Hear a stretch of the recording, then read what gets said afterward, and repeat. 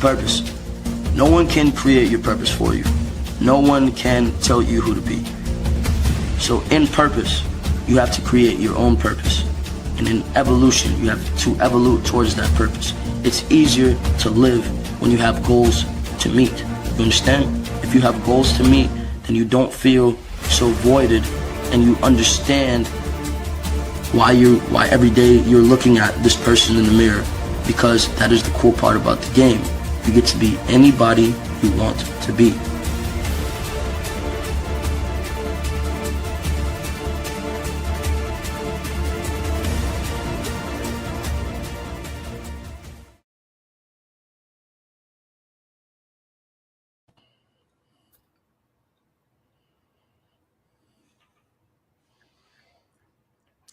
All right, welcome.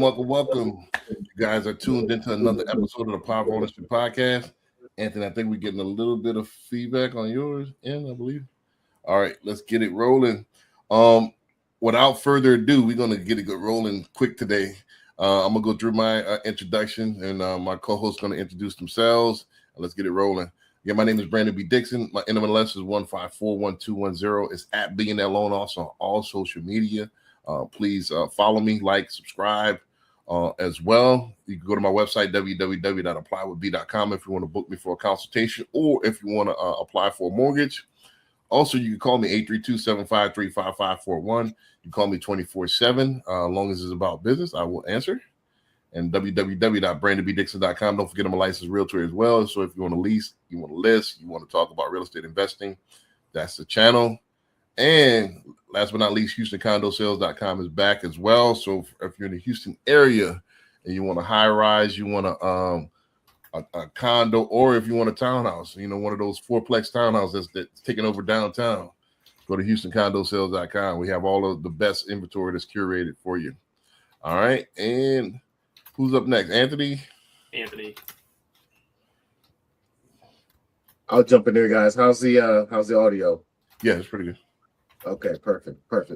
I'm happy to be here again, guys. I'm Anthony, aka the Mortgage Prepper. And when I say prepper, we're not talking about prepper like survivalist, but more like a strategist, right? Someone that sees and understands the playing field before they step onto it. And what we do is we empower everyday people to secure their own legacies through prepared home ownership. We're super happy to be here, and we have a really, really good show for you guys. So you want to unplug your socials? Yeah. You guys can find me at the Mortgage Prepper on all socials. You can find me on the web online at the mortgageprepper.com, and you can reach out in any one of those avenues, and we'll get right back in touch with you. Gotcha. All right, David, I got you. Well, you got your own. I do. I made a new one real quick too, just for all of us here. Just I couldn't do that last week. We had all the banners filled up. So right. My name is David Youngs. I'm a licensed branch manager and mortgage advisor since 2005. It's my 21st year in business. My NMLS number is 328679. I am personally licensed in Minnesota, Wisconsin, Iowa, North Dakota, Arizona, Florida, Tennessee.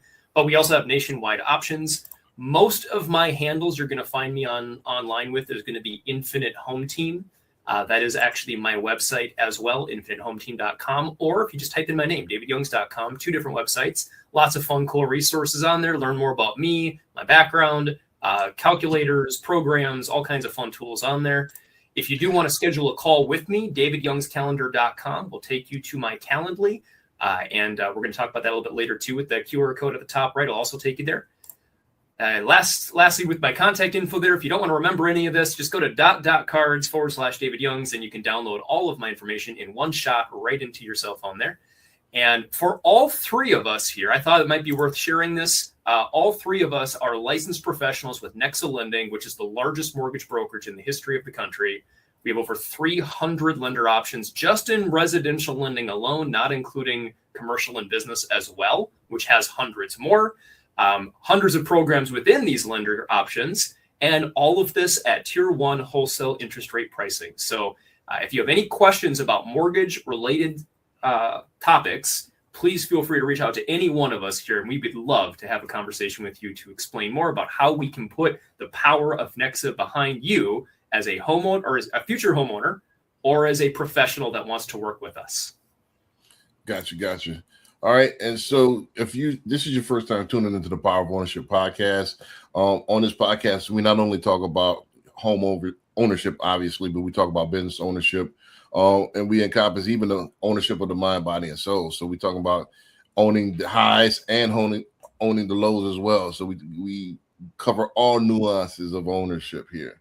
So let's get it started. Again, I usually have a follow-up, a beginning question, but let's go ahead and jump right into the clips here. We are streaming a little bit later than normal, so let's go ahead and get it going. All right, so let me know when y'all can get the screen. I'll see the screen, excuse me. Sounds good. Wait for it. Your social media is you, your dreams, and your self-expression, and it's meant to put something out in the world intentionally so that people who are looking for you and who need you can find you. That is what social media is for. It's the way that you do total immersion into who you're becoming.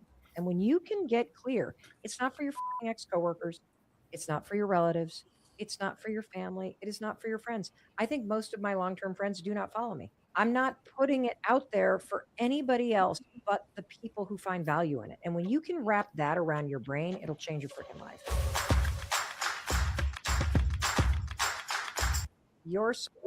All right, so I just wanted to make sure y'all got the first part of it, because I kind of cut the first part off. So she was saying social media isn't for your friends, it's for the people that you're meant to serve. So that's one thing that changed since the beginning of social media back in the early 2000s. It was a social network, and just that is for your friends, impress ex-girlfriends and impress ex-classmates and stuff like that. It's changed now. Now this is not only a business that people are making millions of dollars off, but it's also the marketing for your business. It's the main component of marketing for your business now. So it's integrated with business now. So now it's about what audience am I trying to serve?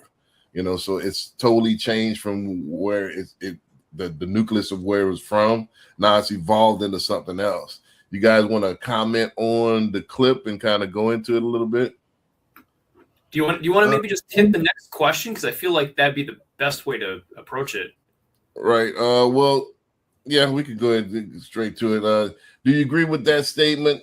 Should creators stop worried about what their friends and family think, or is there still value in creating content for the people who you already know?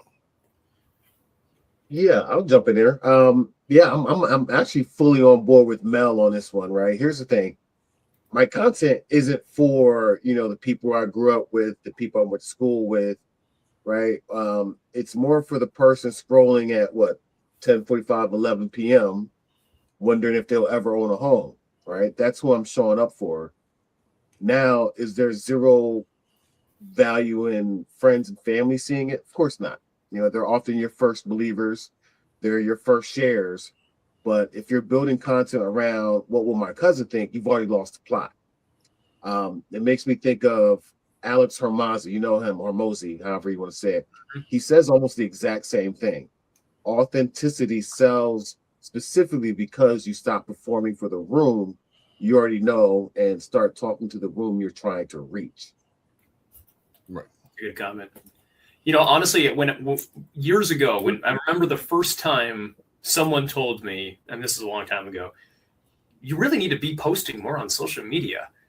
And I'm like, I don't want to bug my friends and family with all this content about mortgage and real estate. Like, I feel kind of cringy about that. I didn't want to post that stuff because in my head, I'm thinking, these are the people following me. Those are the people that are going to see it. And I want them to know, hey, we got to hang out with our friends here, our dogs here, like our family here. Like, I wanted that to be the content. But what I've started to realize, I think in more, the last couple of years here, especially as it's continued to evolve, and we're going to get into this topic deeper here, is the industry has changed. The entire algorithm has changed. The social media experience, the way people view this stuff is just different.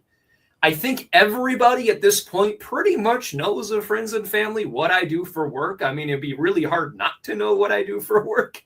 So, I mean, if I post something about business, real estate, mortgages, I would assume people wouldn't be shocked about what I posted and why. So I don't have to worry so much about that. But again, the content isn't for them anyway. I do that, right? Like, call me if you have a question. The content is for everybody that I don't know, the millions and millions of people across the country that I want to get in front of to help them provide education for them on how they can buy a home, how they can make this process easier, save money.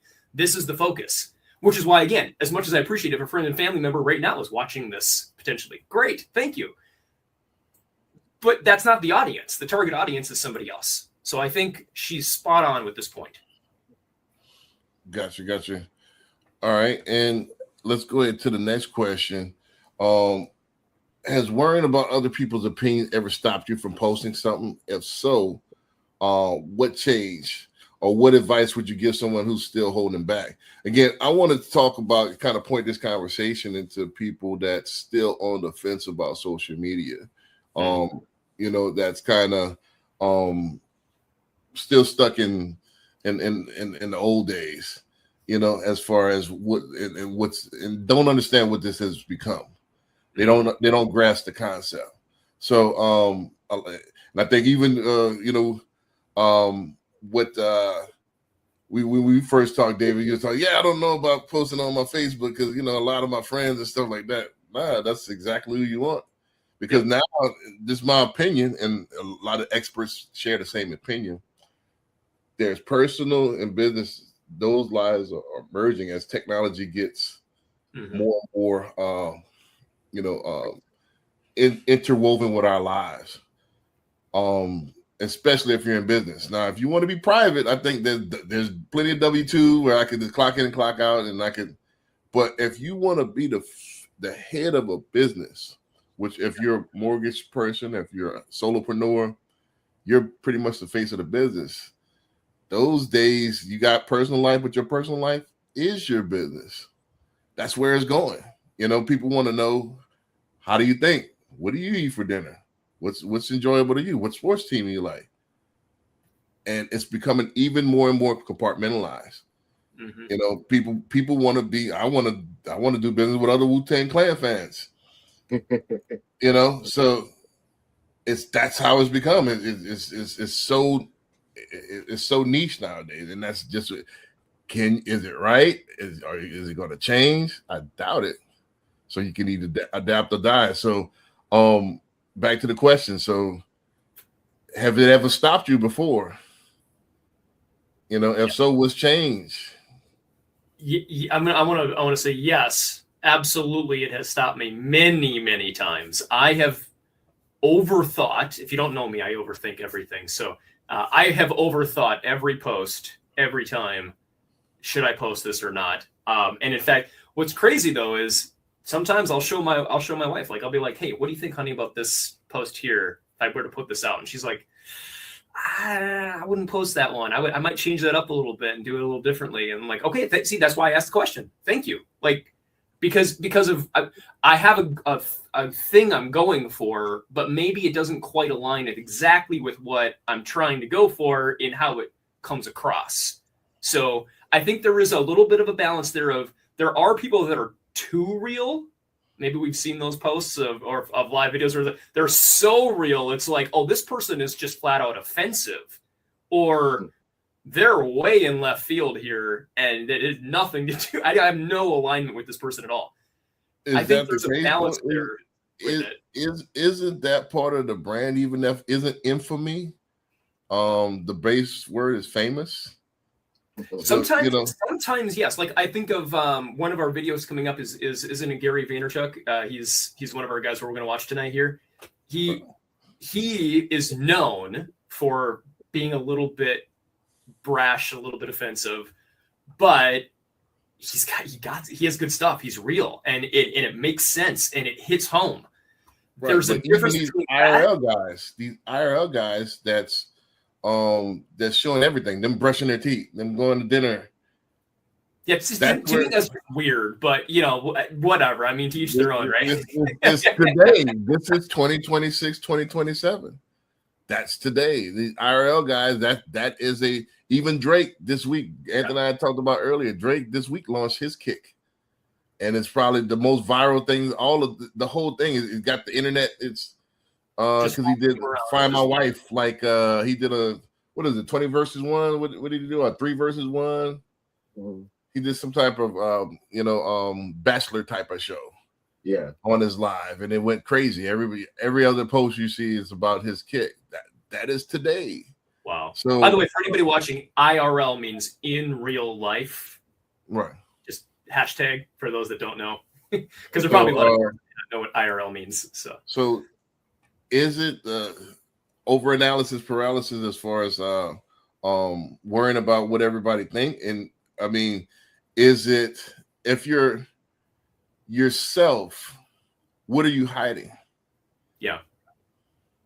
Yeah, I mean, honestly, I think, for me personally, yes, I was worried about opinions and everything. It kind of prevented me from posting and sharing the things that made me human, right? Mhm. Because I didn't want to be the sob story guy or share things that may not really have a business lane per se. But then I realized that, that's exactly the stuff that creates the bridge that makes people trust you with the biggest financial decision they're going to make in their life, right? And my advice to anyone still kind of holding back is that's the stuff that you really want to lean into. Post the thing that you're scared about or you're worried about, and that's usually the thing that actually works when it comes down to it. Right. I mean, people. Again, I think it started in the 90s with reality TV, and then I think the A-list stars had their turn. It was the art, and I think they still have a niche, which is Broadway, and but I think it's going to common folks. Like, people want to see everyday regular people. It just is what it is. I mean, the advice I would give somebody holding back is stop. I mean, if you want to be successful in business, I don't see another way. Possibly you could do some analog stuff, but I don't think you could be global if you're not online, if you're not embracing social media. I think you could possibly win a local community, by word of mouth, but even that's going to be tough, because I was talking to somebody this weekend. I hope he's watching this. He's like, yeah, I'm going to go knock my whole subdivision. It's 2,400, and I'm going to get at least 100 people to answer. They're like, really? So in Texas heat, they're going to come outside and talk to you, and they got a Ring camera.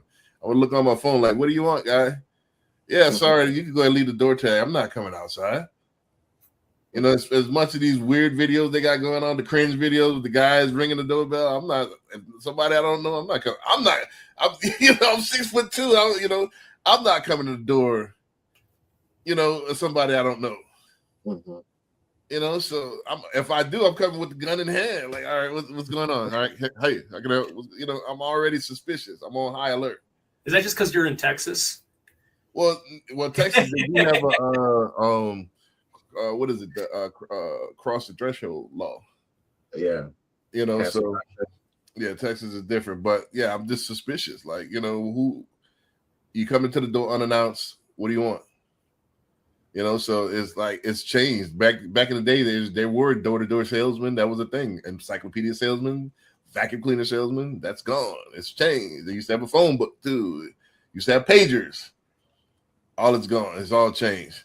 I will just point out, as somebody that does this literally every single week, I will tell you, it has definitely changed. But you still find people. I mean, again, everything works. Nothing does. You do it enough. You do it the right way. It still works. It's just for now.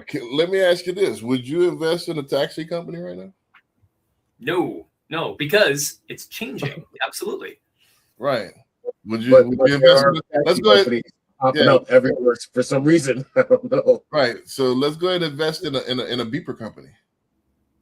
Mm-hmm. How about let's go ahead and invest in a one of those plain billboard companies. Let's do that.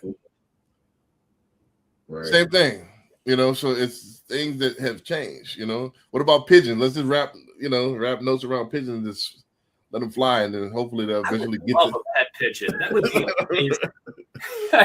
You know, so certain things just have become dinosaurs. You know, and people not going for it. I mean, can it work? Yeah, man. You might get one person, crazy person. That I brought you a pigeon for your birthday, and this is your two-way pager right here. I would name it Pidgey.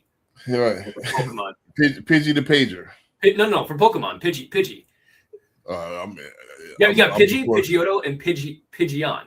Is the I'm before Pokemon, so I don't even know what you're talking about. Anthony, did you get into Pokemon when you were a kid? I did not, man. I'm old school, man. Fair enough. All right, fine. I guess I'm alone on this I one. got into it when I was younger, but Wrong audience. Fine. Right. right now. But those of us who are in the industry who know what we're doing really are seeing this coming. So in the next 2 years, social media is all going to be about live streaming. Right now, we are in a transitional period. Content used to be about heavily curated pieces. Everything was set up, everybody using scripts. We are now in between that and live streaming. So what does that look like now, especially for business owners? That looks like filming as if the camera is a fly on the wall. It has to be authentic, it has to be in the moment, and it has to have value so that people can trust you and they feel like they just snuck into an extremely valuable conversation between experts. So where social media is headed, this is something that nobody is talking. Right. So I think, and based on what the experts are saying as well, live streaming is going to be a norm. Mm-hmm. I think with the Meta glasses we talked about earlier, Anthony and I think there's these ones that you wear around your neck like a medallion. There's GoPro, there's all of this stuff. There's cameras everywhere. It's going to be to where everybody has their own real life Truman Show. Pretty much. You know, and that's where it's going. And you know, and as a business owner, they're going to want to know not just what you offer, but in order for me to trust you, I want to know what team you like.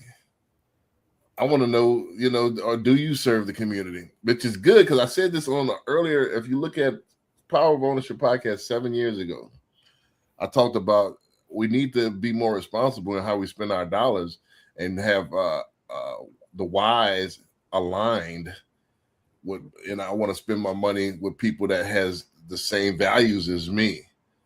And that's where it's going. The technology allows us to, before you couldn't, you didn't know. Now I can, you know, and that's where it's going. So I can make my choices now, and the consumers are more educated. Before, and I'll make this last point, and then I'll go to the first question. Before, there was a stigma against used cars because there was used car salesmen because you didn't know all the facts.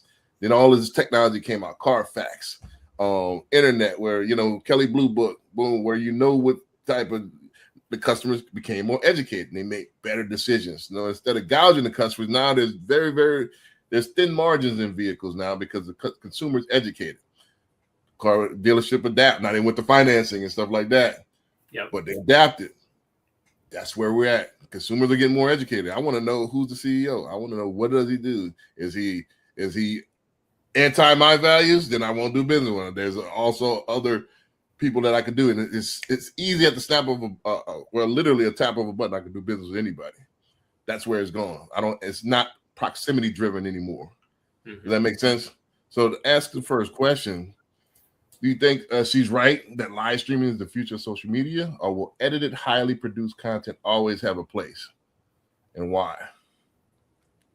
Yeah, I mean, I think it's an and, not an or, right? So same energy as what Gary Vee will actually end up talking about later on in this clip tonight. Live streaming is where trust really gets built in real time. I mean, there's no cuts, no do-overs, and it's really the Mortgage Prepper brand in a nutshell for me, right? It allows people to access education that empowers them. But also, on another side of it, produced content still does have a job, right? Yeah. It's how you explain something more complicated once, cleanly, and so people aren't lost. Another name comes to mind, Russell Brunson. His whole playbook is built on this. Imperfect action gets on camera live but it still layers in the structured value pieces around it. You need both lanes, in my opinion. Yeah. And I think that's like, as an example, I mean, there's a reason why YouTube does so well is if you're searching for like a how-to on anything, you want to learn something, you want to get training or education on something, that is a place you go to pull up step-by-step walk-through content. You're not just going to go scroll randomly through lives and hope somebody's going to talk about the thing you need. You're specifically searching for that thing of that content. And ideally, you don't want to read it. I mean, you can just go online and just search it and read it. But it's way better if you have a video tutorial that says, do it this way, or a back and forth explanation of something. So I think exactly what you said, Anthony, it's not an or, it's an and. Each one has its place. So having both is important. But I feel like so many people, which I think, Brandon, maybe this is why you created the question, so many people might think it's one or the other, and they feel like you have to pick. And because of that, it's one or the other. Getting out of that mind frame of we have to do lives like we're doing right now, imperfect, but we should really have some good content as well put out there to help provide education, especially if you're in a position like ours where you're in a licensed professional space where people are counting and relying on you for advice. This is something that having high quality content out there to search that's searchable is very, very helpful. Well, this question is more geared toward people that think that it's just a fad. That this, live streaming is there, but it's not. It's one of those things that's it's one of those things. Nah, this is the thing that's coming about, and we're just on the first. Yeah, it's one of the very first beginning stages of evolution of it. So it's for those that only want I only got to do it polished, and I only got to do it this way, and that's kind of fading out because just like I said earlier, those Marlon Brando types and that the polish is going out. Now I do agree. Like, hey, there is a place for it. However, this is the normal psyche. So if I'm searching for something, I'm gonna be specific. Yeah, I want to learn how to screw in a door. Look for instructional. Now the algorithm picks up, I'm looking for doors. Yeah. Everybody that's in the door business, boom. All right, well, this guy's funny. He's doing doors, but he's funny. Let me look at this guy. Makes sense. That's how it works. So that's how the mixture of that live content, that being genuine grabs the person. Yeah. By the way, before you and I started talking, Brandon, honestly, I mean, I had never done this. I had never gone live. I had never done an imperfect video where we're talking naturally. It's just organic. There's no prep. It's just, but there's a little bit of prep to the show, obviously, but I don't know what I'm saying until we're saying it. So This was it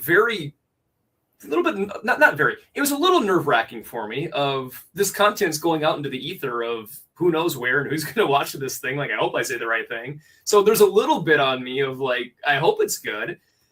And this is what this particular pod right now. I mean, not the podcast in general. This particular episode is for those that was on the fence. That was once David Young 6 months ago. That I don't know about this. And 9 months ago. 9 months ago. Yeah. That like I don't know about this. I don't really understand it. But you're gonna have. This is what it's come to, and this is what it's gonna have to be. And like everybody's going live. I mean. Oprah's going live, and she's already a billionaire. So she's got her own network that's a YouTube channel now. It's on Netflix as well. So she's getting all these content creators as well. I'm setting up the next clip. Well, let me go into while I set the next clip. Can I say one more thing? One thing that this has helped me with too, personally, is the ability to understand. When I used to do the video recordings, like me walking the dogs in the park and doing my videos. I probably recorded that same video 15 to 20 times every time until I got exactly the right timing and the pausing and the script to the point where I'm like, okay, I'm happy with it. Now I can post it. Thankfully, because of this show and other things like it, I've stepped away from that of I might record it 2 or 3 times if I did completely forget my thought or mess up. Like, it's possible. But in Instead general, of half a keg of beer, I get a 6-pack. yeah. So You I just know- want to, for what it's worth, thank you for forcing me out of my comfort zone, Brandon, in doing this, Right. because it's made, even with the polished stuff, it's made it easier and made me better in just not overthinking it and just going with it. And I feel like it does come across a little bit more authentic. Right. And people don't like scripted. You know, that's not what's popular right now, and that's not what's going to get you business. Also, just to say the last thing before I go into this is that you're gonna have to eventually get to where everything's off the cuff, because it's cost effective. You know, it's all right. Instead of me spending, don't forget that time is currency as well. So I spent 2-3 times, and each time that's 12 times I done recorded something, and that could have been 12 pieces of content that I could stretch off. So it's just the time, it's the output now. Yeah. You know, so it's like we don't have the time to really do it over and over and over again. You know, let me ask you a question. If someone refuses to go live because they're afraid of being judged or making mistakes, are they putting their business at a disadvantage, or is live streaming being overhyped?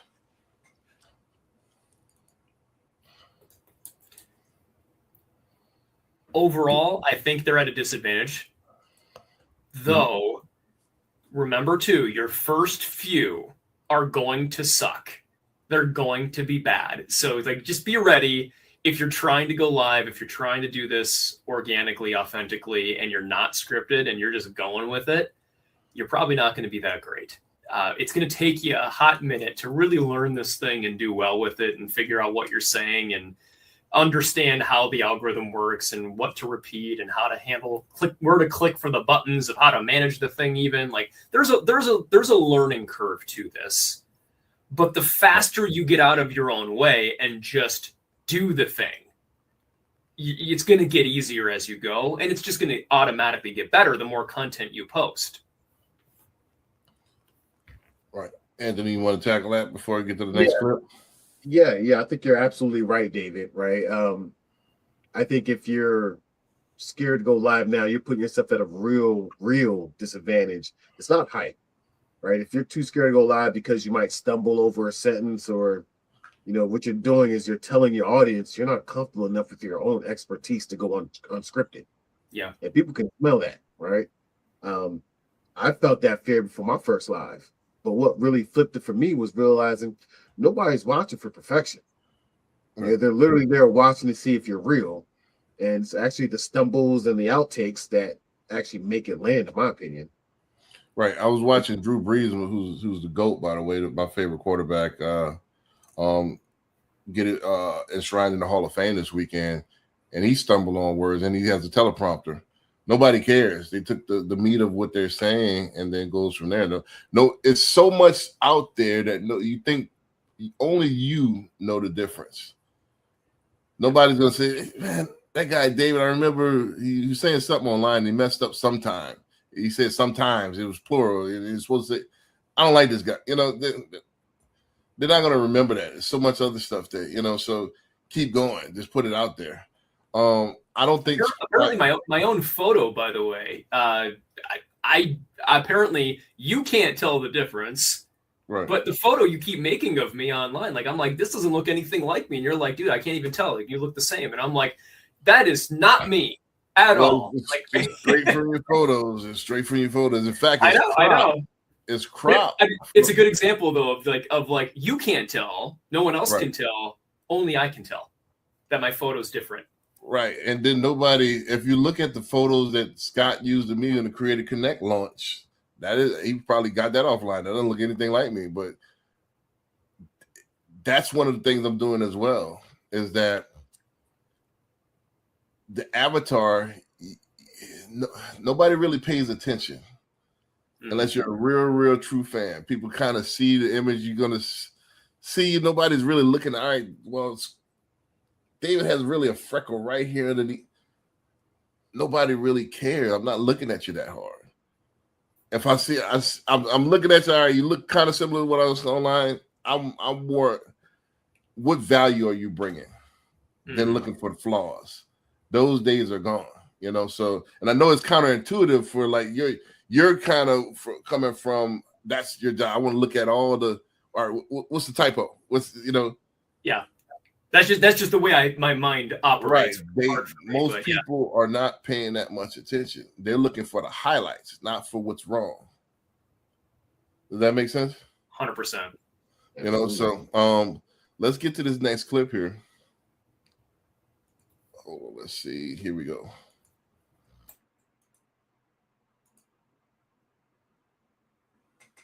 Most creators do not even know that the ground is literally shifting under their feet. So let me break this down in a way that will actually make sense to you. Phase 1 of social media was like genuinely social. So this was news feed culture, horizontal videos, long form edits. You had to know how to film, how to cut, how to upload, all the things. The barrier to entry was real. We weren't here for viral content. We were here for our friends. Phase 2 was the vertical video exploded and everything changed from there. It was short, it was fast, it was loopable, trends took over, CapCut made everybody like an overnight editor, and the algorithm became the main character, not the creator themselves. And for a while, honestly, it worked. Copy-paste content completely ruled the internet. But now, phase 3 feels completely different. The attention economy is exhausted. Audiences are burnt out. People can smell recycled content from a mile away, and you are seeing a new class of creators rise. Not because they're trendy, but because they are unforgettable. In this new era, you are going to need like one of 3 things: either a voice people trust, a perspective they've never heard before, or a creative approach that cannot be replicated. Pretty visuals are not enough anymore. Aesthetic alone cannot be your strategy. Nobody cares about perfect edits if the message is empty. Some people are calling this like the death of the influencer. And I don't think it's the end. I think it's like an evolution. We're moving to more depth towards creators who think, towards creators who teach, provoke, challenge, like they entertain, but they also transform instead of just like simply filling space on a feed. And maybe this is the beginning of like a quality renaissance. Maybe it's the pendulum swinging back from noise to creativity. Either way, one thing is abundantly clear. What people consider good online is shifting, and the creators who adapt to this first are going to win in this next era. And if you need some extra help with Gotcha. I always pride myself on being on the cutting edge. I know I'm probably 6 years ahead of time, but eventually the game is going to get to where I see it going, which is I've been saying this is going to be the ones that have a unique perspectives, and the voices are going to, and it's personality driven. You know, anybody can sell mortgage. That's why I disagree. And I think, you know, Scott does it different than I would do it, you know, because it's basically recycled content. I'm just saying something. Well, what's the personality? What are you teaching? Who are you? What are you doing? That's where it's going. You're gonna know who Brandon B. Dixon is. You know what I stand for. You know what I do. You know my sense of humor. You got hours and hours of content on me. And I have a unique perspective on stuff. I sell ownership more than I sell mortgages. You only hear me talk about mortgages on TikTok. You know, because it's boring. You know, people want to get. It's one of those things that they have to do, not they're running. Oh, I want a mortgage. Yeah, let's get it over with. Let me get the best deal and then go on to the next. And they want to talk about something else. So it's not I don't get the mortgage. Mortgage. It's not enough, you know. So that's why to say to be the king of that hill, such a small hill, nobody cares about mortgages. It's one of those things that you have to do. Let's talk about the gastric bypass. Let's talk about that. You know, that's something that you might have to do. That's not something that you want to do. It's something. It's in that wheelhouse. Am I making sense? Absolutely. I was going to say, I think you still need to get one of your puppies out and hold the puppy out while you're talking mortgage, and that'll really help. Right. The only thing about that is I'm moving my hands so much. I'm checking emails with the left hand. Don't forget, I humor people a lot of times. I'm doing 3 or 4 things at the same time. True. So right. So I'm liking. I mean, not liking, but I'm waving hi at everybody that comes in the chat with the right hand, the left hand. I'm checking my emails. I love it. You know. You want to hit the next question before we comment on it? The thing is, I want to say this: the era of copy and trends is ending. Original voices are becoming the competitive advantage. So the question I want to say is, do you agree that people are getting tired of copy and paste content, or will trends always outperform originality on social media? Yeah. I mean, I think people are honestly, they're probably exhausted at this point, right? And I don't think it's even close.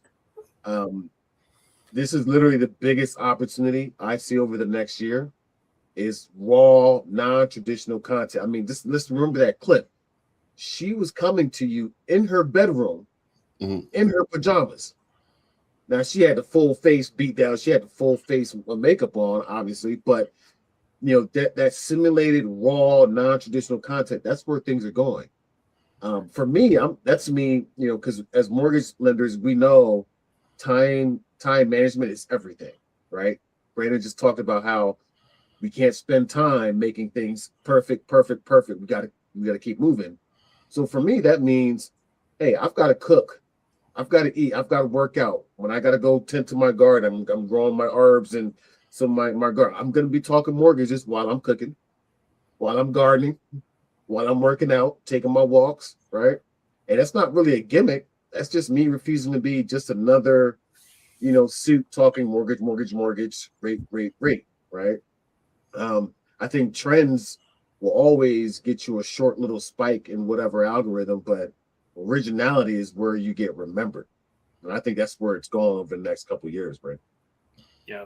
To be honest, I'm excited about this. Because literally the day that I saw people repurposing content and then getting tens of thousands of followers just because they reposted something or did the talking head thing where they're underneath like pointing up, I'm like, this is so stupid. Like it's so ridiculous that you're literally getting followers because you're reposting someone else's original content. That's so, is it inauthentic? Unauthentic, right? Unauthentic. Yeah, it's so unauthentic. Be you. Post your own stuff. Let them go post their stuff. You post your stuff. Stop doing this. I'm going to feed off of somebody else and be a leech.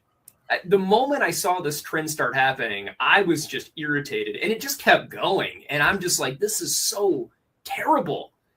So I am so happy and excited that we are moving back towards, hopefully everyone else is feeling the same as me, of like, I'm getting sick and tired of it. I'm kind of exhausted. I want to see some original stuff from the person that I actually like, trust, want to get to know and learn from, not something I saw 10 times from 10 other people that are just continuing to just repurpose the same thing.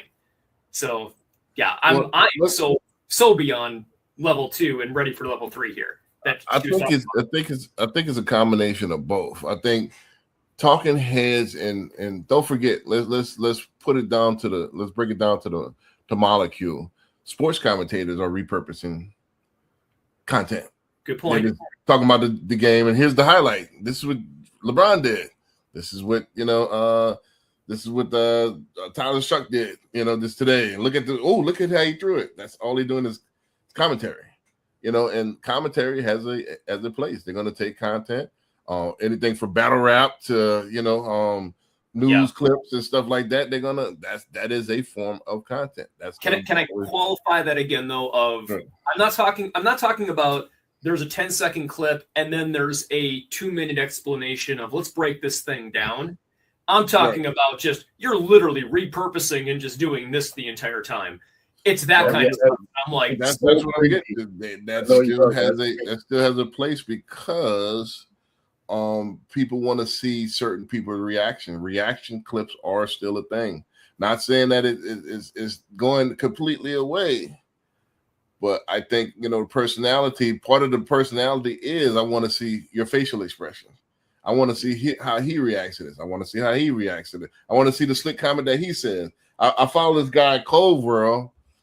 He plays the same clips as Super Ray and all the rest of all those big reaction guys, but I want to see what he says about it. I know he's going to say something totally different. He's going to say something funny. Super Ray is going to probably make a rap to it, and and then he's going to say something funny as well. But I want it's two different, same clip, two different reactions. Sure. So but I follow both of them because both of them going to be hilarious. So that has its place. But Right. however, I definitely feel like it has to be a fine line. But like you said, you go to that guy for his personality, not his. Right. It's more like, hey, I want to see what he says. Yeah, you want to see his presentation of his own original personality in relation to that content. Right. There's still authenticity tied into it, which is why even if there's very little, literally it's a facial expression, there's very little going on. Sometimes that extra little level of authenticity can help. But I'm really happy that we're moving towards that third level of let's go back to real and less whatever the algorithm likes today of this fun thing that we're trying for a trend. Right. Yeah, regurgitated content. Right. Well, that I think clipping is still going to be there as well. So that's how Andrew Tate blew up. It takes the same clip, and no matter who sees it is any way you can make money off of it. Mm-hmm. All right. So she says creators who win will have either a trusted voice, a unique perspective, or a style that can't be copied. If you had to pick one of those, which one matters most and why? My choice would be the middle one, the unique perspective, something different. Here's the same thing everybody knows. I mean, a mortgage is a mortgage, right? Now, granted, nobody in the entire country has what we have, us three here at Nexa. Nobody. Our closest competitor has about half the options we have. That's how far apart we are. But even still, having the unique perspective, because people will trust anybody. I mean, if they think you know what you're talking about, they'll trust you. And maybe you did something really fun and cool and unique that is different, that's hard to copy for the algorithm of like, you're going to do the exact same clips and music and everything, however you're going to do it. Like maybe you got some really cool editing going on. But the unique perspective, something that's different that no one's heard before, I feel personally that is what I'm going for. That's my goal. Whenever I go live, whenever I post a video, I want it to be different than everybody else. I don't care what it sounds like, what it looks like. Hopefully you trust what I'm saying, but I want it to be different. Yeah, I agree. I think there's a case to be made for all three of these perspectives, right? But for me, just because of the nature of our industry, I would say trusted voice, hands down, right? Because the perspective can be borrowed. I mean, a style can eventually be copied. I mean, AI is already doing that. They're copying styles now. You can input your style. They have a term called style guide. Everybody has a brand guide, style guide that you're plugging into these AIs. So that's not going to separate you anymore, right? But the trust that you earn, one honest answer at a time, nobody can fast track that, right? That's where we still have ownership in our entire brand. And that's power of this podcast, right? The multi-dimensional founder idea is basically just people don't buy from a logo anymore, right? They're buying from a person whose values that they've watched hold up over time. So I definitely think there's a case to be made. Like I think the perspective, the unique perspective, the uncopyable style potentially would be something you would want to kind of, I guess, meld together. But, in our business, you've got to be trusted. If you're not trusted, it don't matter how unique your perspective is. Doesn't matter how cool and quirky your style is. No one trusts you. They're not going to listen to anything you say. Yeah. Right. I want to say, the same thing as far as a trusted voice, because a unique perspective, everybody's going to hop on it if they see it, working. I give you an example like Myron Gaines is controversial. Now there's a dozens of Myron Gaines out there now. And then you can make your style hard to be copied, but that's the number one thing is like people try to copy. I see people trying to I see even insurance agents trying to post like me and stuff like now. It's like they will try to copy. Now I give you like Andrew Tate, he'll make it hard to copy. It's hard to fake like the fleet of McLarens and the Bugattis and stuff like that. But even guys with money, what's the other guy, that bodybuilder guy name that came out, that got out of jail and stuff making, he is trying to be like Tate with the Bugatti and stuff like that. So it's hard, you know, even if you make it hard to copy, people still will try to copy you. It's 2026. So and real quick, Brandon, not to interrupt you. We all have a social media profile follower list full of loan officers that, and what do you think they're doing? right. They're watching Soaking up game. this unique perspective, and then next thing you know, they got a video the same way coming out, right? Right. So, I hear you. So it's I'm about, also thinking too, though. They're one of the. I'm trying to see where the book is, but one of these books up here is Disrupt or Die. And in my head, like that's one of the things I'm always thinking of is like, how do I disrupt the industry, disrupt the natural thought progression? Everybody out there talking about like, here's how your credit works, and here's how your down payment works, and here, like, how do I disrupt that though, and come up with something totally different that's more controversial, maybe that sparks something that gets people to engage, and then can come at this from a different light, which again can be copied. One of the nice things I think about our industry though is you do actually need a license to talk about some of the things we talk about. So that automatically should give us a little bit of a trusted voice with that, because not even in the mortgage profession, not everybody is licensed. Not everybody actually has the ability to talk about everything. So I still think you're sleeping on your greatest strength, and I tell people this all the time. A lot of people are scared. There's the real you, and then there's the person that you pretend to be online. I think the closest that you merge those two together, that's when you're going to take off. I think your greatest strength is what you showed on the video, and then I only knew it. I've been knowing you for months, until I watched that video. But I got to be very careful with that one, because that is exactly something I do not talk about online ever, and I never will, on principle, because it's not the way to do it. Streaming. I'm not talking about every aspect, but just. Hey, I'm working out with my wife. We're walking the dogs. I'm playing video games with my wife. I'm going to Comic-Con with my wife. Just that is gold. Yeah. Online. That's what I would be showing. And that's you're not specifically talking about the Bible instructing that I do. No. I'm talking about just a guy that married his high school sweetheart or whatever. Yeah.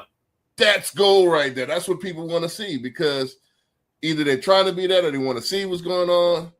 That's what I would be showing. Fair enough.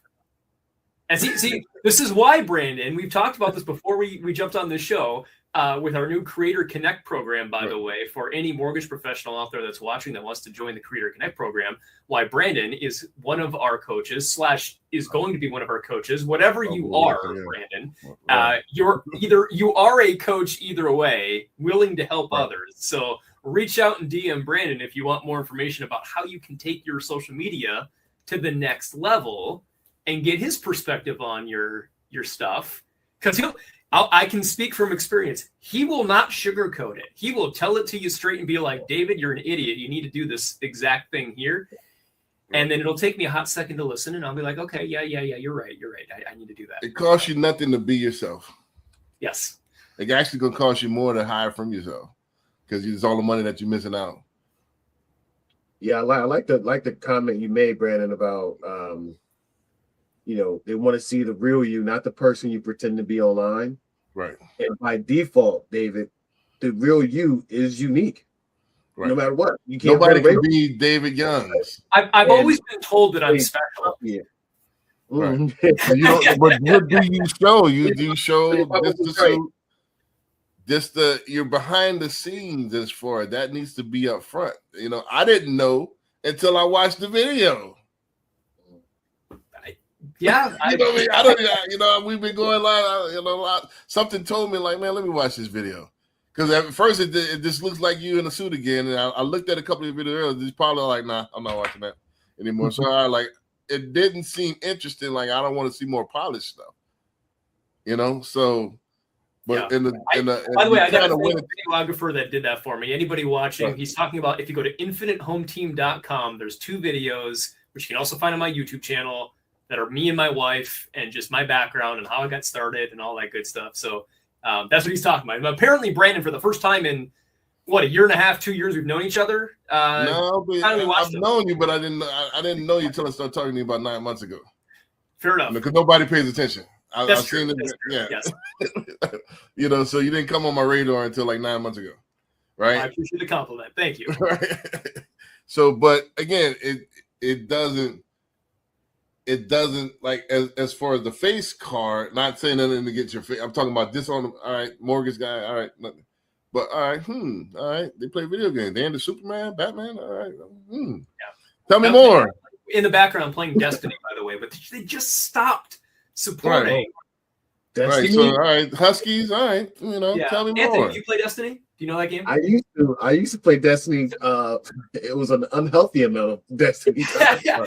There's the largest petition ever for a video game in history right now going around. They're up to almost 500,000 petition signatures on keeping Destiny going because they just stopped supporting it. They gave everybody everything and said, "Good luck, keep going. We're done." wow. Wait, it's supported, like it's going to be done, but we're not going to add new content.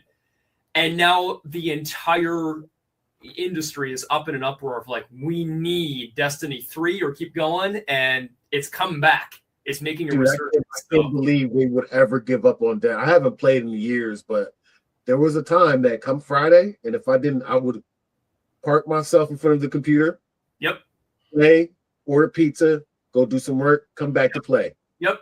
I had to stop because I felt like it's a full-time job. If you're not playing full-time, you're Well, not really progressing. If you ever come back, join my clan, which is like 4 people.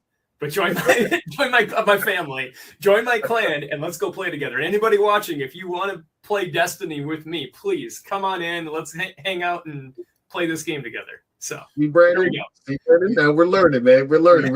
Yeah, y'all talking Greek to me. I'm not a gamer. Yeah, Let's get Brandon to the doesn't play video games, but Yeah.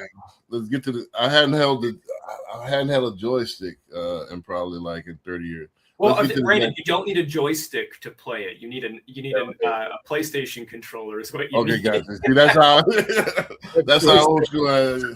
What is that? Atari? Yeah, Atari. 5200, 2600. That's my speed right there. All right, let's get to this next clip. They're bringing back Legend of Zelda for Nintendo. That's cool. Yeah. Replacing it right now are about to have an enormous advantage. Here's what I'm tracking as a futurist. The old model of social media was broadcast. You made content, you built a following, the platform showed it to your followers. And that model is already cracking. Instagram shows my posts to people who have never heard of me as my biggest component of reach. So more people see my posts now who aren't following me than who are. And here's what I want to say out loud that not many people are saying out loud. A huge percentage of the engagement on platforms right now is already not human. Bots, agents, AI accounts. By 2028, you won't know if the 14 million views on your reel are real people or machines. So where does attention actually go? It fragments into smaller, trusted spaces, private communities, voice-first platforms as well, interest-based micro networks where humans verify each other. The scroll era ends, the trust era begins. And of course, trust has always been important, but now even more so. The creators who win the next 3 years are the ones building something real that humans will still seek out in a much more synthetic world. In 3 years, social media as we know it won't exist. Just want to make Can sure I- y'all hear the beginning. Yeah. Can I ask a question real quick before we go to the question, the actual question? Mhm. Am I wrong in this understanding? I think, because Brandon, you probably know better than me. Didn't it used to be though, before TikTok was even a thing, back on Facebook and then Instagram after, wasn't it pretty much if you posted something, it would usually show first and foremost, like she said, only to your friends and family, your followers, people closest to you, it rarely would go beyond that. Like the algorithm might test one or two extra people or, here and there, but it really didn't go to others. It went to only those connected to you, which ties into that first video of the thought process of, well, I don't want to post because my friends and family might see this. And that's all they're. So like, I feel like they're kind of connected. Am I wrong on this? That's how it used to work? In the very beginning stages, they still had an algorithm that you would find. It was about who had the most likes and the most engagement, and they would boost those up, and then those will be more discoverable. They had a thing called net neutrality that changed in 2016 during Trump's first administration. Everything was neutral. So a guy could come in and, if you got enough engagement, starting with your family and friends, the algorithm will boost it. Then other people start seeing it, and then it keep going from there. And then more followers you got, the more people it kept going. So they ended net neutrality in 2016, right? Trump, not Trump did it because he's the president, but it was during his years that they ended it. That which is almost 10 years from when Facebook launched to there. Right. Of how the algorithm had worked up to that point, right? Right. So just to finish the thought is that when it changed now, it changed the way the pay wheel, the pay wall, how Meta start. Now I could charge people for if you want to get visibility. So now it was pay for play. So now only a fraction, let's say I have 1,000 followers, only 100 will actually see my post. Before it would be on everybody's feed, that my whole 1,000 followers. So now you have to pay for play. So now it's changed as well. Now it's pay for play. Now as the algorithm has changed because of TikTok. That's why they were trying to prevent TikTok from coming, because there was a lot of money that's going to be lost, right? So now Meta had to get more. They had to copy TikTok's algorithm, which was purely about the interest with it, and but everybody was on it, and they were trying to stop it. I don't know if you remember that. That was during the Biden year. Yep. So they couldn't stop it. They were trying to sell it. They were saying, "Oh, it's dangerous for kids and all this stuff." Yep. They were trying to stop it. So they couldn't stop it. Didn't that just happen again a year or two ago, where they tried banning it again? I don't know about that, but this the complete. I saw something about it. I mean, like I feel like it's a constant thing of like they're always trying to these powerhouses trying to fight against each other of like creating rules to prevent the other from being successful.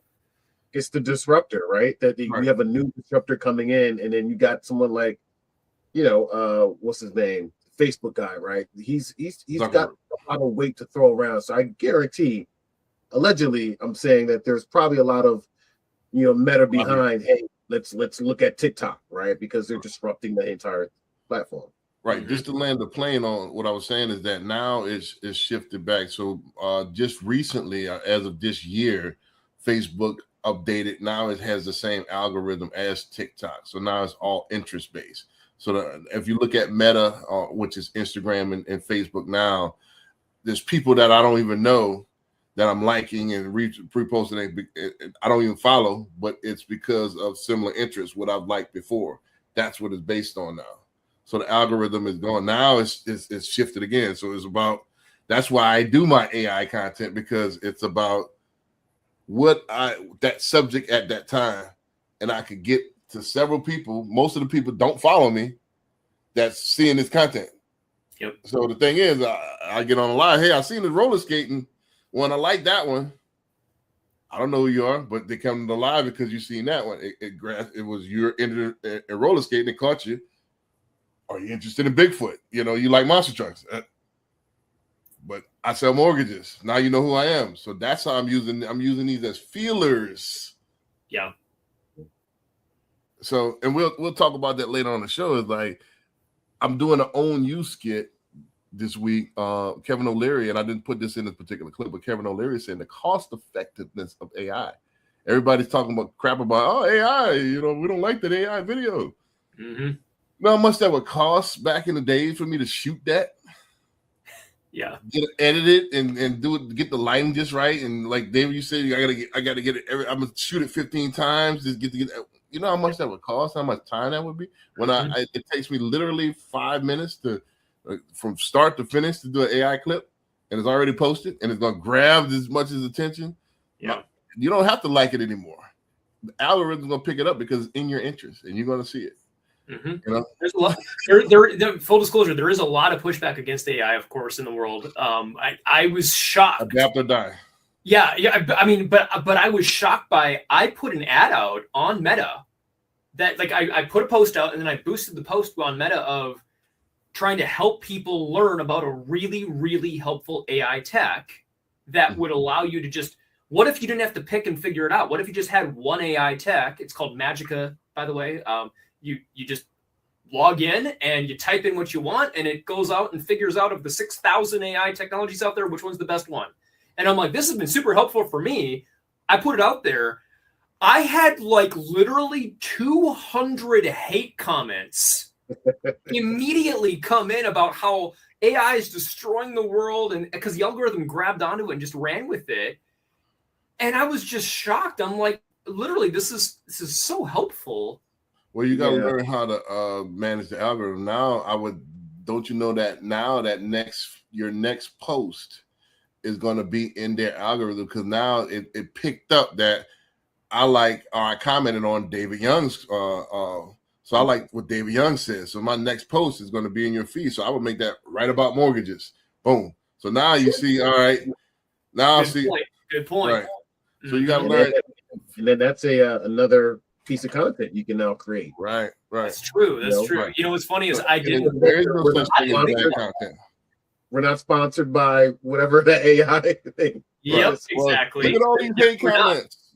You know, so do you agree with AI or do you not? Thank you for reminding me of that, because I need to do exactly that. I need to go put a post out and boost that completely unrelated to AI technology and run with it with mortgages, because there's my 10,000 viewers right there on that one thing that everybody got heated up about. Bam. Right. There's something helpful in the mortgage space. There's people that do this on purpose. You know, so just to get the it's like pulling back a rubber band, just to get that momentum, and then they let it go. The further you pull back that rubber band, the more it's going to go forward. Well, let's read the comment. The question. If somebody is still saying I'm just going to wait until I figure social media out, are they already falling behind, or there's still plenty of time to catch up? I would say they're already behind. You know, and I think the gap's kind of like compounding while they wait. That clip about the broadcast model cracking is real, right? The platforms aren't built to wait for you to feel like you're ready anymore. You know, the good news is behind isn't the same thing as out. I didn't start posting real content till probably the last couple of weeks, to be honest with you. But the cost of waiting isn't that you missed the window. It's just that every day you wait, the bar for what counts as good enough to start keeps climbing in your own head, right? So it's just compounding. It forces you to keep waiting and waiting. It's not too late. You just got to get into it. It just makes it harder for you to get into it the more you wait. Right. And what you thought was good yesterday is not good today. It's constantly evolving. So what are you waiting for? You're never going to be perfect. It's just a matter of hopping in and figuring out. And then you never know what you might miss. You know, but again, everything works and nothing doesn't. Nothing does not work.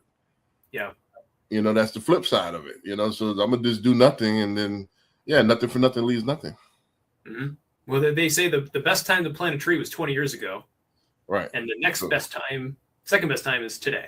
So right. You might be behind. If you actually have never posted at all, you've never built a following, you don't even have a social media profile yet, like on some of these platforms, you're definitely behind. But just create it. Post something, anything. Even if you got to click the repost button and do that regurgitated content just to get something out there. I mean, like literally just start and that's it. And then go. Because I love that you said that, Anthony, is you build it up in your mind, that the longer you keep waiting, you just keep building it up in your mind. And eventually, when is the right time? Well, never. And it's already changed by now, so already changed. I give you an example. Like I said, if you're talking about, I'm gonna get X amount of followers. Followers don't matter. You can have 1,000 followers nowadays. As long as you got 1,000 loyal followers. Let's get to this next. If someone told you I don't need social media to grow my business, would you agree with them, or do you think that's becoming a dangerous mindset? And why? I think this used to be the case where social media was more of an add-on at one point. I mean, we're talking years back. Like right. It like was. 20 years back. Yeah. It was. What I'm talking about is. I'm in the 15 mortgage. years for sure. But not that long ago. No, not that long ago. I'm a mortgage advisor, and I'm talking to somebody about whatever thing, like a lead generation thing, a realtor referred client, whatever it is. One of the first things that client's going to do though is go look you up online and see who is David Youngs, Anthony, Brandon, like who are these guys, and they're going to look you up. So it was more for me. It was more about brand awareness. If you look me up, will I show up on the top 10 results of Google where you're going to see there's my website, there's my TikTok, there's my Facebook, there's my Instagram, like there's everything there. It was more brand awareness for me was my focus. Do I show up? As long as I got something on there and they're all cross-linked together for the SEO purposes and all that was the main thing. But now, with the way the algorithms have shifted, the way it's changed with TikTok and all these other live platforms, people going live, like we've talked about, now it's different. It's not just about brand awareness. It's part of it still. It's part of the SEO. But people are actually going to these places and finding people on these platforms in their decision of who they're going to work with. So it's different than it used to be in the past. And I can't quantify what year that would have changed. I don't think there really was an exact year. I'm just saying in years past, I was more concerned about SEO, search engine optimization of am I showing up on the top 10? Well, less about content. Even search engine optimization, it works about who actually is sharing your content and actually the backlinks, or who's writing about your content. So, it goes, so just having it is cool, but it doesn't really work well unless people are putting it on their platform, and cross-marketing it. That's how SEO works. So being honest though, I mean, like I never had one closing on a home, not one from social media, from anything I posted. But have you done it right? That's my point. That's my point. Analyze what have you ever done social media right besides the podcast, and you still hadn't capitalized on the hours of footage you have a podcast. That's my point. That's exactly you're saying exactly what I'm saying. When it comes to social media, I was focused on incorrectly. I was focused on I just want to show up on Google because that's not where my business comes from. It comes from referrals and past clients and friends and family and other places like this. That's just there. How long is that scalable? Unless you have a system for that, that's not going to be scalable because you're going to eventually run out of your sphere of influence. Unless you know how you have a system in order to grow that sphere of influence. The second thing is that as you're talking about SEO, SEO only works if they're looking for you already. If that's the case, it defeats the point. I already know who you are, but when I go to look you up, there's nothing there. So it's like there's no substance. David, I don't know. But I think that's the mindset shift that so many people have in business is my business comes from referral. I'm a referral-based person. It comes through referral, and I don't really need social media. That's just an extra thing over there that I hear is supposed to be good. That's kind of how I used to think. But in the last year or so, I've really changed my tune on this and watching some of our colleagues like yourself, Brandon, where you'll go live on TikTok and have 2, 3, 5 people apply with you after the TikTok, right? That's where it's going. I mean, my business primarily is referrals, but it's referrals of people who find me and like me and trust me. Exactly. So it's a combination of both. It's not just I'm starting organic and trying to mine those people and trying to make more referrals from that referral base. That's a strategy. However, I think that strategy is going to get it's going to become old school, the dinosaur, the phone book, the pager, because what's going to stop you in dead tracks is that when I do have that system to mine those referrals, again, they're going to look you up. And when they look you up and nothing's there, it's a red flag. It means scam nowadays, or it means, all right, nobody's doing business with them. Which, all right, I hear you, but I don't. Who is David? I looked him up and there's nothing there. I'm still going to argue. Surprisingly, I will go look up professionals because I'm also heavy into recruiting on our side of things. So I look up professionals and I'm just shocked. Like, I can't find you anywhere. Right. I just had literally a guy that like runs a mortgage company. Right, but that's the executive. That's exact. This is the difference. Infinity Team, you're the face. Mortgage Prepper, you're the face. The HOC, I'm the face. If I'm the face, then I have to be intertwined with social media. If I'm already part of a corporation and the corporation is the brand and I'm just a middle management guy, I don't have to market. That's a W-2 and job. That's not the same thing. We're W-2 some of us, but we're mostly 1099. You're an independent contractor, or this is your business in a box. There's a difference between that and what they do. If you want that, if you want to be where I don't have to be intertwined, go get a W-2. There's plenty of people that, if you look at those high-level executives, they don't, because they're not in marketing. Right. But they're not in marketing. We don't have a marketing division.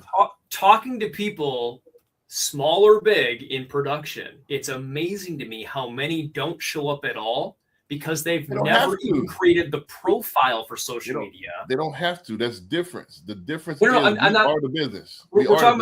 I'm saying producing loan originators, more you, me and Anthony, all of us. Like, I'll look you up and you don't exist online. That's what I find crazy still exists in today's day and age. Like, how are you not on these places? You know what I mean? They're dinosaurs. I'll jump here real quick because it's funny because I came up in the business and there were a lot of old veterans in the game that kind of brought me along and taught me the ropes. And they always said, "Hey, I'm 60 years old. I'm 55. I'm not getting on this TikTok social media stuff. Right. My business is just fine." And they were right. For many years, it served them. They had a system, and a lot of them didn't even really have good systems. But once you build your business to a certain point, you've been in business for 20 years, you don't have to have the best system to still do well, right? But what I noticed was that about 7 years ago, I'll say, things started to switch. I watched it in real time because I was one of those guys that, I'm a private person. I like social media to go watch. I was a professional lurker, right? I'm not sharing anything with anybody, right? I was a very private person, but I started to notice that people, every now and then, a client would call and say, "Hey, I was trying to look you up online," and they told me that they'd looked me up online. Luckily, I had what you had, David, was just the bare minimum just to say I was there. My Google My Business, my website, I was good. There wasn't any content. But what I found out was that's where they were getting sniped by the people that did have content. Yep. Right? Because they get in there and they start looking. The algorithm says, "Gotcha. You're looking for houses. You're looking for mortgages. Now let's feed the people that are making content." And all of a sudden, they're no longer looking at Anthony. They're looking at Scott Bentley because he's got, hours and hours of content. And that's how you were eroding your own. Right. And that's how it's happening to people. So yes, I agree. Those people that's entrenched in 20 years, they're going to start fading out because there's sad to say there's more and more funerals every day. So the older boomers are dying out, and the way they did things are dying out. So now the Gen X, that my generation is starting to take lead. We're the old timers now, and we're half of us are on social media, so. And then below us is the millennials. You guys are millennials and stuff like that.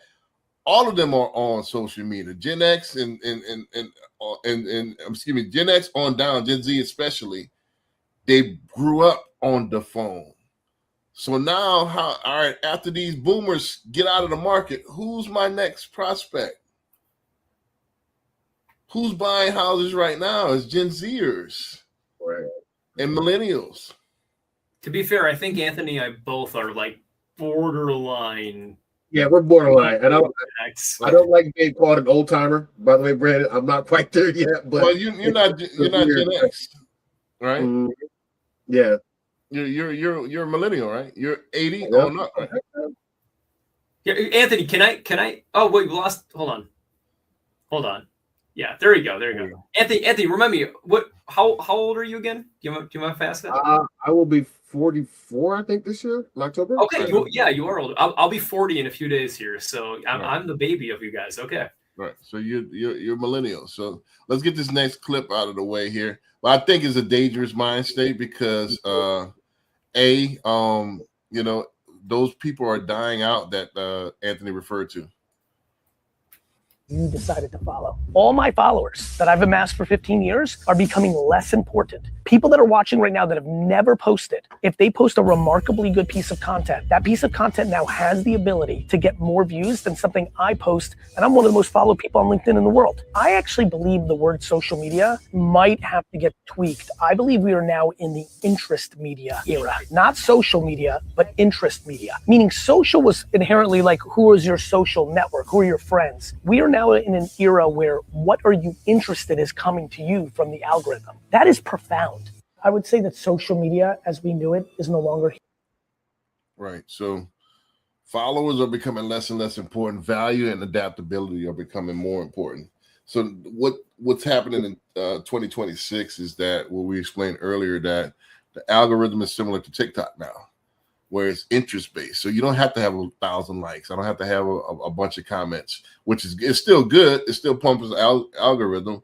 However, some of my videos don't have no likes, but I look at it, it got thousands of views. So if somebody's watching it, I don't care who likes it. So it's just a matter of it's out there. And if you're looking for any one of the feelers I put out, I want the algorithm to catch it. And it's working because everywhere I go, you see me. Everybody that I touch that's in my Facebook group or Instagram, and if they watch it, it's now in the algorithm. So it's all these hooks that I'm getting to catch people. So that's the thing, it's all about the interest. Let me ask the question here. If it's true, if this is true, are people spending too much time trying to build followers instead of building valuable content? I think so. I think it's a massive truth, right? And it's just isn't a vibe. Like there's actual data on this now. I was looking this up earlier today. Over half of Instagram's reels reach is going to be people who don't even follow your account. I mean, Gary Vee just said it himself, right? Success isn't really measured by follow account anymore, right? It's measured by whether an individual piece of content actually resonates. Chasing followers is now kind of like chasing a vanity number. Right. The algorithm doesn't even care about it anymore. Right. Yep. It's all about that. Followers do matter for certain things. Like, as an example, TikTok specifically says you cannot co-host on TikTok Live if you don't have 1,000 followers. Like, there's certain rules that you have to hit in order to play the game and get to certain gamification levels. So there is a little bit of truth to, yes, you do sometimes need to push for followers to accomplish whatever it is you want to do next. But once you have enough followers, at that point, it doesn't matter. Like once you've hit those marks. Yeah, so I'm thinking, like, I think it's one of those things where if you take care of the main purpose, other things take care of itself, right? If you're producing content that resonates, you're going to get the followers. But if you're chasing followers, not focusing on the content, that's the wrong way to do it. That's how I see it anyway. Right. Well, it's going to be hard to get followers without content anyway. It's like putting the cart before the horse. Let me ask you this. Does this level the playing field for the little guy, or does it just make competition even tougher? Or then why are so many business owners still sitting on the sidelines waiting to start? Oh, I love this one. So yeah, I think it does both, honestly, because it does level the field because of nobody, with 0 followers can outreach an account with 100,000 if the content actually connects. If the content generates trust, has my unique perspective and an uncopyable style, right? If I can nail out those things, that's a real opportunity. But at the same time, it also raises the bar because you can't hide behind a big number anymore. Every post has to earn it on its own every single time. And why people are sitting on the sidelines, it's fear of being bad at something in public. That's the real crux of it, right? People don't like struggling in the spotlight. Yeah. Right. But being bad at it publicly for a month is a lot better, is a lot cheaper than being invisible for like 5 years. Yes. Well, I think it's two things that you said, Anthony, I want to touch upon. It should make you liberated because it's not about the followers anymore. You can have 10 followers, and if it connects, it connects. So it's not the level of success or the measure of success has changed. So can you create something that goes viral? Can you create something that hits and got a lot of like 1 million views? That's more important than 1 million followers nowadays. So it's something that connects, and then that should liberate more people because all right, nobody could say it like Anthony could say it. So I could go in and say my same thing with my unique perspective, and it could hit. And then if it doesn't, who would know? They're not looking at all right. Nobody's looking at how many views you got anymore. But at least the content's out there. It's still out there, and they still could discover you from that content. Yep. Yeah, I just as an example, I mean, I don't know if you guys saw the video. So Nexa, if you qualify, they'll let you rent out some of our vacation spots that our owner has. So like one of them is a San Antonio penthouse. So I did a little mini tour around the penthouse, and then TikTok asked me like, "Do you want to boost this post?" And I'm like, "Yeah, why not?" So I clicked the button. I spent like $10 to boost it or whatever it was. It wasn't that much. It was like literally like $10. I have over 11,000 views on this thing, 654 likes. Wow. And I ended up getting like 400 more followers from this one video for $10 that TikTok posted, because apparently that was a video that resonated. And here's the funny thing. Looking back at it, I'm actually really irritated by it because I didn't realize if you watch it all the way through, the music clip that I put in there ends 2.5 minutes in, and the video's like 3.5 minutes long, and then it repeats, and it's so loud it overpowers my voice, and you can't even hear hardly what I'm saying. And I went back and watched it because I had to do it like 2 or 3 times to get it to work right, and I'm like, how did I miss this? How did I mess this up? But it doesn't matter. It's still accomplished way more than any other video I've ever made, even though it's one of my least favorite videos to watch because I'm like, I did such a terrible job with this thing. It was bad editing, and I still got the following. So I don't know. I mean, like, it helped me. It was a good lesson for me to go through of like, if a video with music playing over me that you can't even hear me talk somehow still works that well, then why am I overthinking this? Right? Perfection is the enemy of profit. I just put that on the video today, and then I put an AI blooper reel out, and that it got to 1,000 followers quicker. I mean, 1,000 views quicker than a lot of my other videos. Nice. So just the blooper reel, so it doesn't matter. I'm putting out whatever I put out, and I'm gonna fine tune as it goes along. All right, well, this works here, this works there. I'm just gonna put it out, Live A/B testing, just as you go. Yeah, always it is what it is. Something's gonna happen, So let's get to this last clip here, and let's go ahead and wrap it up. Let's see where am I? All right, here we go. Can y'all see the screen? Yes. Social media era. Okay. Part one of the thesis, and they're all tied to AI. I think AI cracks the current value proposition of the social media platforms in their current state.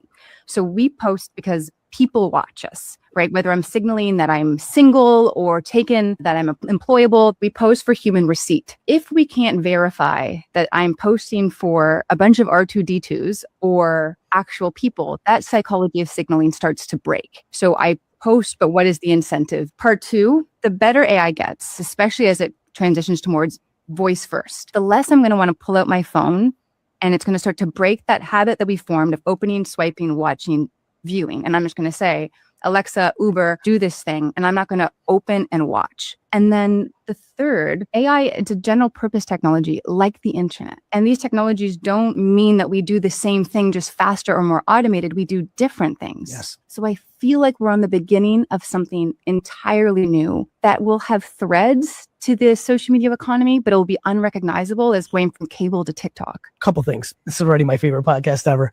I would argue that cable and TikTok are not wildly different. Okay. So that's put on a shelf. Okay. Let's go back to the beginning. The value prop. The reality is it will be and, not or. So I don't believe AI bots or agents consuming content eliminates the reality that humans could also consume that content. To your point, if I see 14 million views and I know that that's actually only 300,000, that creates a new micro dynamic. Sure. Yeah. But if the results of what I want happen from the 300,000 people that actually saw it, I'm still going to be incentivized to do it. If I say I'm single and the only people that are trying to date me is an AI agent robot, bad. It's possible. But Happens. if it is also going to be people just drowned out metrically, well, then I'm still going to do it. The question becomes, if there is still human consumption, no matter how drowned out in an overall metric, and the actions are executed on by those humans, I don't think we walk away. I think we're at the beginning of the end of the social media era. Right. So my premise is this, like I said, a lot, to what David said earlier, a lot of people don't like AI. It's inevitable, first of all. And why not embrace it now? Because it's not going anywhere. I don't think it's gonna, even by people protesting and stuff like that, it's not like they're gonna pack it up and now forget about it. We're not gonna use this technology ever again. When has that ever happened? Exactly. So I think besides for as it evolves, I think with Blu-ray, and didn't they get Blu-ray and then Blu-ray when the iPhone it stopped. I thought that was going to keep, don't forget I owned the video store back then. I thought it was always going to have some type of physical media, but that got replaced by streaming, and streaming media, Netflix and stuff like that. So, but technology always evolves. Now, will they have something else where we could, and I see it coming to where I'm using AI to prompt AI. Yeah. Okay. That's what I've been doing. And then now the next thing is going to be learn what. All right, I already got everything made. I'll learn what you like, and based on what you said before, this is what here goes your post for the next week. Yep. And it's going to be ongoing. I think that's what So nobody knows exactly what the future looks like, but people that are willing to adapt always have an advantage. When I about a month ago, not quite, I went out to South Dakota to the Windsor headquarters, Windsor Mortgage, and I think I was the only one from our team that was there, by the way. But we had the #1 realtor in South Dakota and the number 34 realtor, I think, in the country, that came out physically to speak with us, and she showed us her AI tech of what she's got going on. She has like 10 AI agents trained, all with different names, that all run different tasks, that all talk to each other on cross AI platforms that run her whole business. Like, the way she's gotten to this point is through AI technology. And I'm watching her explain and break down her AI tech, and I'm like, I can't even imagine the amount of work that went into building this. But keep in mind, of course, she's got a team of live people too that are all helping with this and training it too. Like it's humans and AI working together in exactly, like, she's so far ahead of the curve. I mean, she's where everything will be, I think, in 3 to 5 years for most people that embrace this. she's way ahead of the curve. So anybody that can embrace this now is just they're poised for success if you can integrate it correctly. Hey, David, remind me to pick your brain on that, because that's exactly what I've been doing on my end, right? And to see someone doing it at such a high level, I do want to talk to you about that. Absolutely. Yeah. Right. So just to add, and let's get the question in, the last questions, is that what we were talking about earlier. I think the way people did it before, that has this 1982 headshots on there, they're gonna fall by the wayside. You know, those people, they had their run, and the run is over. I think in the next 3 to 5 years, I think you're still gonna be able to eat off your loyal customers, but I think scaling and getting new customers, especially the customers, how the customers' habits have changed, how they consume and how they shop has changed. Where they're getting their information from has changed. So a lot of stuff has changed. So I don't think coming with a 1982 strategy is going to be sustainable in 2028 and 2029 and 2030. I don't think so. I think it's totally changed, and I think you need to be future forward instead of thinking, all right, well, I'm going to door knock. Although that might work, you know, everything works, you know, but how long would it take me to door knock 2,400 houses? Mm-hmm. All right, so listen to both sides. What's the biggest mistake business owners could make over the next 5 years, assuming AI changes everything or assuming nothing changes?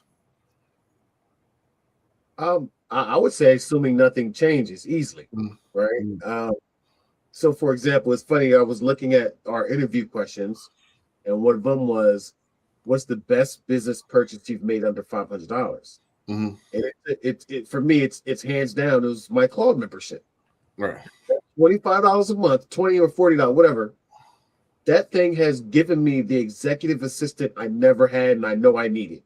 Right. Right. For if you're not a huge producing realtor loan officer, you understand that there's a certain level of automation or how you build your systems where you need assistance. You need people help to do marketing. You need people help to do content creation, brainstorming the content, shooting the content, editing the content. There's a whole team around people that these large producers would not be able to do what they're doing without that team. Claude is now my executive assistant that has given me, because I've always had the ability to come up with good ideas. The execution is where a lot of people fall short, because you don't know what to do. What's the best step? You know, I think a lot of people get into that mindset where they're just like, it's just so complicated, so much to think about. But if you've got an AI that's saying, hey, this is the first step, let's flesh it out, let's talk it out, you can structure things in a way that it will superpower your process, saving you money and saving you time, right? So I'm living proof. AI already changed how I run my business today. My business is in a much better place than it was a year ago. And, you know, it's not in some hypothetical future. Like Gary Vee's take is the one I keep coming back to, though. It's not going to be AI or humans. It's going to be AI and humans. The mistake is really just picking a side instead of just paying attention. Right. Yeah. You know, another mistake that I see coming back to one of our earlier videos as well is we're thinking like, okay, go use AI as a plaything to go into the ether and try to find new clients. I think, or build a brand or build your followers, whatever. One of the key mistakes I think that people are making with this is using AI to do that and less about using it in your active business. How do I improve what I already have? How do I make that better? How do I get in front of my past clients, my referral partners? How do I use AI in a way that makes me more authentic, more omnipresent with everybody that I already know? So you're building the authenticity with AI as an add-on tool to help create that. Not just, hey, go create this cool AI video that goes out into the ether and you hope somebody's going to watch it. So I think understanding the purpose of the AI, like Gary talked about here, of it's not an or, it's an and. You put them together, the better you can cohesively merge the two, the better you're going to see results with. Right. The next question is, regardless of what social media looks like in 5 years, what do you believe will never change about how people build trust, relationships, in business? I mean, I would say the fundamentals, right? You know, my whole mission is helping people secure their own legacies, ownership.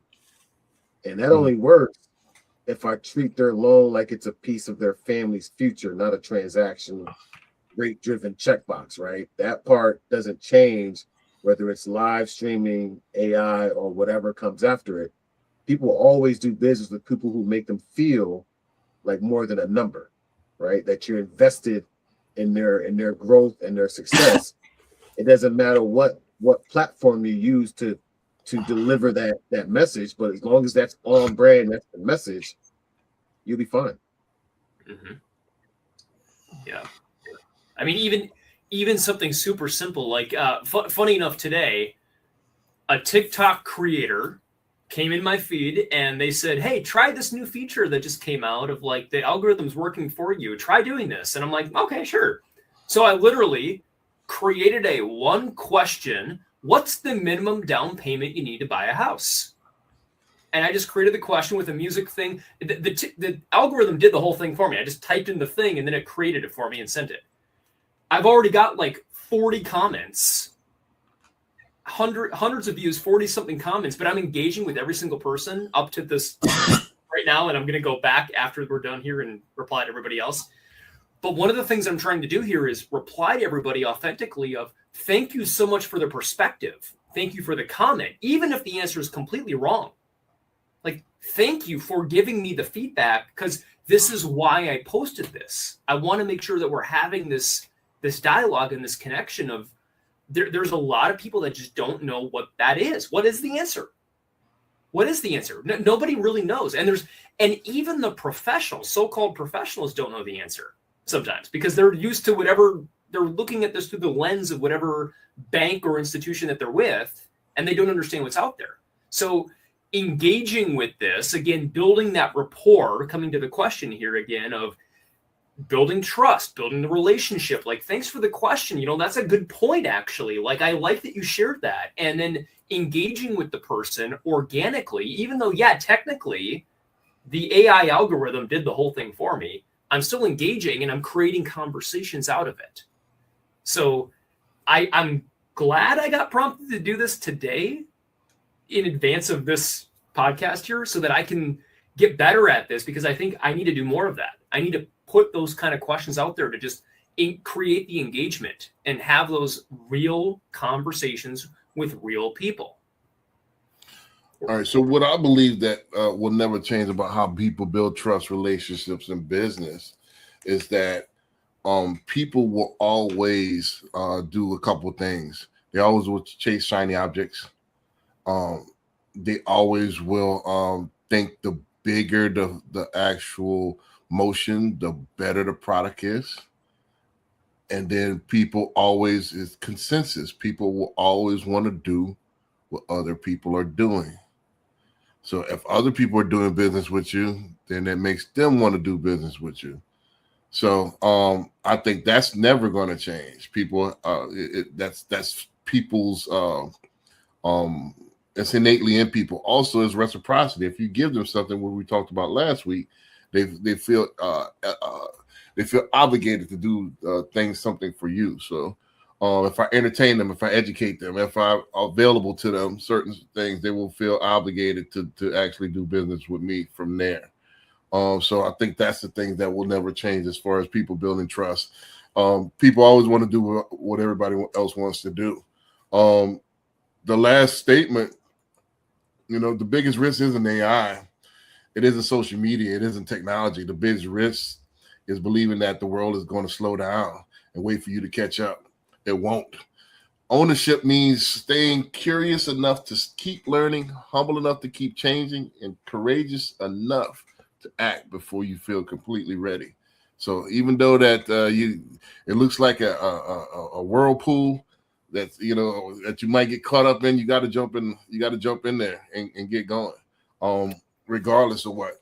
and then pull out the feelers. Be courageous enough. I'm gonna still put out those feelers, you know, and see what's happening because it's working, you know. So and then fine tune what works and cut what doesn't work, especially if it's cost effective, you know. So before I spent thousands of dollars on this and got less results, you know, of actually shooting, editing, doing all this stuff and post it, same result.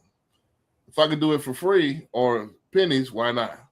So that's the thing. It's all of the above. It's all about the above. Trying something and actually creating your systems around what works. If you don't try, you'll never know.